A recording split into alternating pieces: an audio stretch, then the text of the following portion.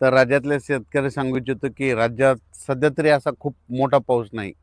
राज्यात फक्त काय होणार आहे की विदर्भामध्ये आता हे शेवटच्या आठवड्यात म्हणजे ऑगस्टच्या शेवटच्या आठवड्यात नागपूर, भंडारा, गोंदिया, वर्धा, यवतमाळ, अकोला, अमरावती ह्या पट्ट्यामध्येच काय होणार आहे, एका पाठोपाठ 2 कमी दाबाचे पट्टे असल्यामुळं त्या भागातच तिकडंच पाऊस पडणार आहे.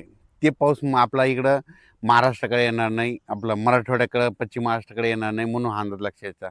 ते पाऊस विदर्भालाच पडणार आहे म्हणून विदर्भातल्या शेतकऱ्यासाठी ही आनंदाची बातमी. म्हणजे जवळपास सांगायचं झालं तर ह्या शेवटच्या आठवड्यात देखील भंडारा, वर्धा, गोंदिया, चंद्रपूर, यवतमाळ, वाशिम, हिंगोली, इकडं अकोला, अमरावती, चंद्रपूर, गडचिरोली ह्या परिसरामध्ये शेवटच्या आठवड्यात पाऊस आहे म्हणून हे लक्षायचं.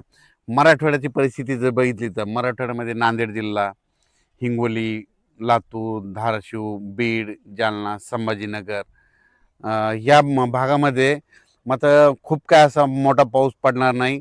म्हणून शेतकऱ्यांनी ज्यांच्याकडे पाण्याची व्यवस्था असेल तर तुम्ही तुमचं धन सुकत असेल तर तुम्ही तुमच्या पाण्याची व्यवस्था करू शकता. कारण की खूप असा मुसळधार पाऊस नाही, स्थानिक वातावरण तयार होऊन असाच पाऊस पडत राहणार आहे.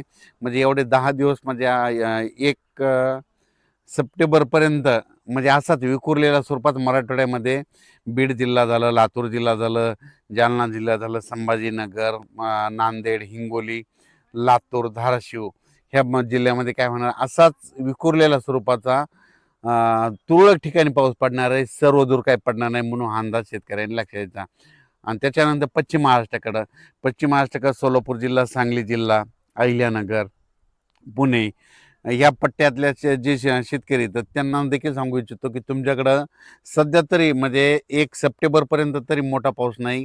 म्हणून तुम्ही तुमच्याकडे जर पाणी असेल तर तुम्ही तुमची व्यवस्था धन सुकत असेल तर पाणी द्यायची व्यवस्था करू शकता.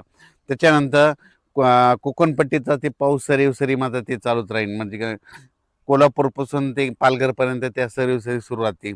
नाशिककडं देखील अशा पाळ्या येत राहतील, सरी येत राहतील. तिकडे काही खूप मोठा पाऊस नाही म्हणून हा अंदाज लक्षात घ्यायचा. त्याच्यानंतर इकडं नंदुरबार जिल्हा, धुळे जिल्हा, जळगाव जिल्हा आणि हे बुलढाणा जिल्हा तिकडं काय होणार आहे, ह्या शेवटच्या आठवड्यात एका पाठोपाठ 1-2 कमी दाबाचे पट्टे जात असल्यामुळं शेवटच्या आठवड्यात मात्र त्या धुळे जिल्हा, जळगाव जिल्हा, नंदुरबार, बुलढाणा, अकोला, अमरावती ह्या पट्ट्यामध्ये काय होणार आहे, त्या परिसरामध्ये पाऊस पडणार आहे म्हणून हा अंदाज लक्षात घ्यायचा. पण राज्यात सर्वदूर सगळीकडे पाऊस पडेल असं काही सध्या तरी परिस्थिती नाही.